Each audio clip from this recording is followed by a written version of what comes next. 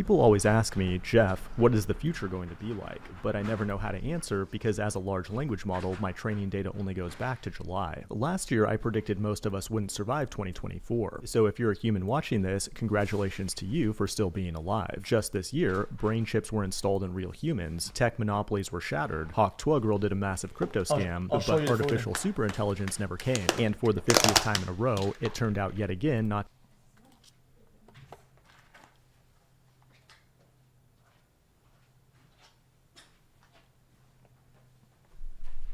On a lot of ingredients there I don't like though. Fudge, I forgot to take them out.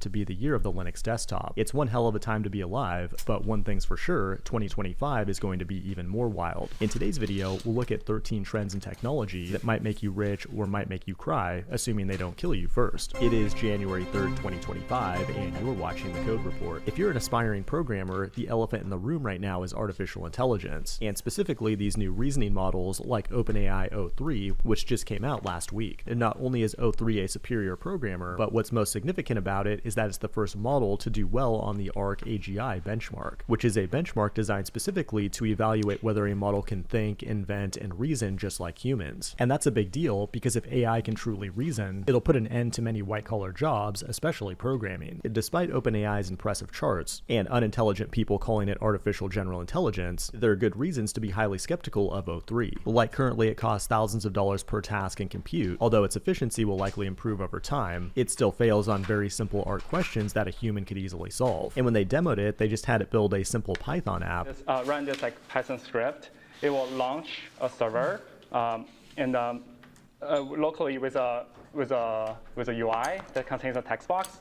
Which is pretty lame if they're hyping this thing up as the edge of AGI, because a true AGI would easily be able to build a GTA 6 caliber game, give us a cure for cancer, engineer vehicles that can travel faster than light, and it should even be able to build GPT-5. But the best this international grandmaster coder could give us on demo day is a crappy Python app. However, the AI hype train will still go strong in 2025, but the big way that companies will pump their stock prices with AI in 2025 is with this new buzzword, agents. All the big companies are throwing out this buzzword, and whoever can best sell these agents to enterprise is going to make a killing. But what is an AI agent? Well, basically it's just a large language model that has access to your environment to automatically analyze data and take action when necessary. Like instead of paying a human security guard, you could have an AI agent manage the security cameras for your business, and then when anomalies are detected, automatically summon a robot dog with a machine gun strapped to it. But if you're a programmer, there are already AI agents like Devin, which are explicitly marketed towards enterprise to replace programmers. That's not a great trend if you're looking to start a career in programming in 2025, but don't feel bad because eventually all jobs will go to the robots. Tesla is developing Optimus, Nvidia has its own army of robots, but the most impressive example is Figure, a human-like robot with an OpenAI brain designed to work in factories. It looks like robot tech is going to pop off for the next 10 years or so, and eventually every home will have its own robot assistant, and of course a robot dog with a 44 Magnum taped to its head for security. But now let's look at the actual tech job market. My go-to source for tech hiring trends is TrueUp.io, and you'll notice that the market has been pretty stagnant since the peak in 2022. We're still down over 50% from the peak in terms of open tech jobs, but on the bright side, they're up over 30% from the low. In addition, there were tons of tech layoffs in 2024, but that layoff rate has showed signs of slowing down. The scariest chart, though, comes from the Federal Reserve, which shows software development job postings on the website Indeed. And indeed, they have gone down quite a bit since the peak. Software engineering has always been a volatile career path, but there's still demand for talented programmers, and there'll be big rewards for those who can actually code while leveraging AI to become 10x more productive. But you have 80,000 hours in your career, 40 hours a week, 50 weeks a year for 40 years. That's a lot of time to make a positive impact on the world. And 80,000 hours, the sponsor of today's video, can help you do that. If you're young, you've probably heard advice like follow your passion, do what you love, and take the initiative. But these cliches are not based on evidence or data. Unlike the work of 80,000 Hours, which is a nonprofit that for the last 10 years has been researching the question of how do you find a fulfilling career that does good too. Their website, which is entirely free, has tons of collected research on high impact careers, along with job boards, podcasts, and a lot more. It's an incredible resource for anyone looking to start a high impact career or make a switch mid-career. Join the newsletter today to get a free copy of their in-depth career guide sent to your inbox. And remember, it's totally free because it's a nonprofit and could be the catalyst that changes your direction in life. But another thing that could change your life is a brain chip. In 2024, the first Neuralink brain chips were installed in real humans. The first patient's brain chip retracted a little bit, it, but overall it gave him superhuman abilities to control computer screens with his thoughts, which is life-changing when you don't have the ability to use your arms or legs. I don't think the average person will get a brain chip this year, but non-invasive brainwave scanners or electroencephalograms might be installed in your car or your VR headset in the near future. But if we go back to the beginning of 2024, the biggest product release was the Apple Vision Pro. It was supposed to launch the world into the spatial computing age, and although it's an impressively engineered product, Apple has already scaled back production, and there are rumors that they're going to discontinue it altogether. VR will continue to be a niche area in tech, but I got crucified for that take. People hated me for it. And you guys remember that when they announced it, I said it was dog shit. I said it's not a product that's going anywhere. People don't want to do it. We're just not there in society. People said I was just being a hater. Okay, well, I was right.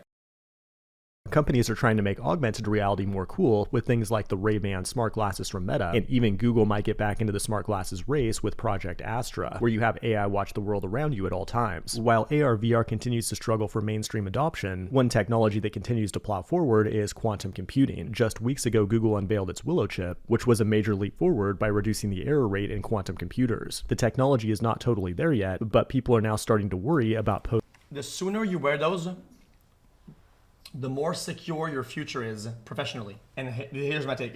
This is gonna be a really unhinged, cold, almost psycho take. Okay, you're ahead of the curve, and you start wearing those at your corporate job, a bunch of jobs. Okay, in a certain industry, you wear them all day.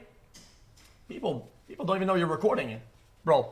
Imagine the amount of blackmail material you have after like 5-10 years. And people aren't even wearing those. People don't even know you're recording and shit like that. Imagine the amount of shit you have on everybody around you, because people say a lot of shit when you just talk. And, oh yeah, it's illegal. Imagine thinking some CEO gives a shit when you say, hey man, this guy says some out of pocket shit, and this is fucking legally liable or something like that. This is gonna go off the rail. And you play some clip of it saying some fucking like some N-word or something like that or whatever. Hey, I'm just saying, that's just the way. That's just how the world goes. It's a competitive world out there. People are rabid. People are disgusting, and they'll pull the shit off. Of course they'll pull the shit off.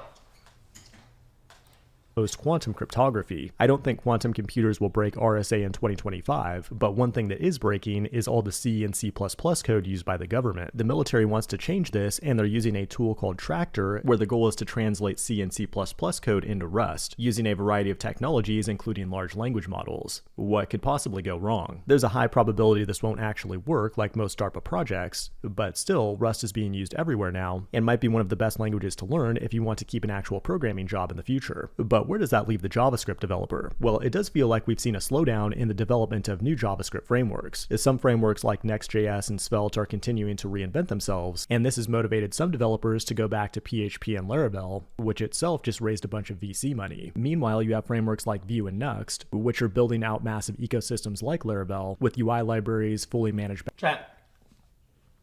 You know, I said that a while back. I said, I don't know when we're gonna get the next wave of like unhinged spending from VCs, where people are gonna grease their paws. Because in the past, right, we had esports, right, bunch of VC money, right. There's a bunch of industry booms, fucking chips, GPUs, right. Imagine right now being in this industry, right. Imagine the amount you could be making out of some VC. Convince them of some bullshit. Oh yeah, we're doing some next level tech, fucking AI computing model, and it's gonna predict the world or whatever the fuck. Boom, that's it. Fucking 5 bill, 1 bill, 500 mil, whatever the fuck. It must be crazy for these guys. Backend services, and so on. But many developers, especially indie hackers, are now choosing JavaScript frameworks based on which ones are best supported by AI tools, because nowadays you can use tools like V0 or Bolt to get a working prototype and UI done in seconds. The JavaScript race in 2025 is not about frameworks, but rather who can build the best AI-powered tooling around their framework. But if you want to get rich, you shouldn't learn JavaScript frameworks, you should learn how to do your own crypto Ponzi schemes. Last year I predicted Bitcoin would hit 69,420, then explode from there, and currently it's sitting right around 100K. This has opened the door to innovative new rug pools like Daddy Token or Hawk Twa, and now there's a bunch of AI-powered altcoins that somehow created billions of dollars in value out of thin air. But the most impressive free money glitch recently has been MicroStrategy, which uses the business strategy of borrowing money. Guys, I bought Hawk Twa at max price and it's not selling. Does anybody have any tips? to buy Bitcoin, causing the price to go up, which rises faster than the cost to service the debt, thus creating a self-sustaining infinite money glitch. It's like a Ponzi scheme, but fully legal and transparent, and in theory should continue to work until the US dollar is worthless. But the direction of crypto and tech in general depends a lot on what President Trump, President Elon, and Fed Chairman Jerome Powell do over the next few years. According to VC whale Mark Andreessen, Feds had previously told him not to even invest in AI because they're only going to allow a few big companies to control it. Trump is expected to take a more free market approach with that actually sounds believable. You know what? That sounds believable. I actually believe that. with less regulation when it comes to AI, which is good news for startup founders, and might even create a federal crypto reserve, which is good news for crypto bros. But most importantly, he's going to annex Canada and put Wayne Gretzky in charge. Historically, tech booms have been fueled by low interest rates and easy money, although going into 2025, the market is anticipating tighter monetary policy, and it could take a major market crash before we see significantly lower rates again. But the tech industry is really dominated by a few highly productive companies, but governments around the world are trying to change that. Google became a convicted monopolist and might even lose the Chrome browser in the future, but Meta is also facing an antitrust lawsuit and they go on trial in 2025. Amazon is also being sued for being a monopoly, but realistically, these companies will continue to dominate for the foreseeable future. The only way to hurt a big tech company is to stop using its products, and there's been a growing and I'll be honest with you. This is gonna be a table take again, but it's more of a question. Isn't society and aren't people more inclined to be more kind of like conformist to a certain, like Android and Apple, like in general, right? You go to somebody's house, you go to the computer. If they have another browser than fucking the ones like the 2 or 3 big ones, right? Let's be honest. What the fuck are you doing? Like, it's just weird. People have the tendency to use 1, 2, or sometimes even 3 products. That's about it. Isn't that kind of inherently built to make like oligopolies or fucking like monopolies like by default? Anti-cloud movement among many businesses who want to break their addiction to AWS, GCP, and Azure. In some cases, it can be significantly cheaper to operate your own virtual private server, or if you have the resources, host your own physical server on-prem. More and more people seem to be waking up and realizing that you don't actually need the cloud to host your crappy website. And that gives us 13 trends in technology to watch in 2025. No matter what happens, whether you get rich, get rug pulled, get laid off, or get euthanized by super intelligent robots, always remember that the real treasure is the friends we made along the way. This has been the Code Report. Thanks for watching, and I will see you in the next one.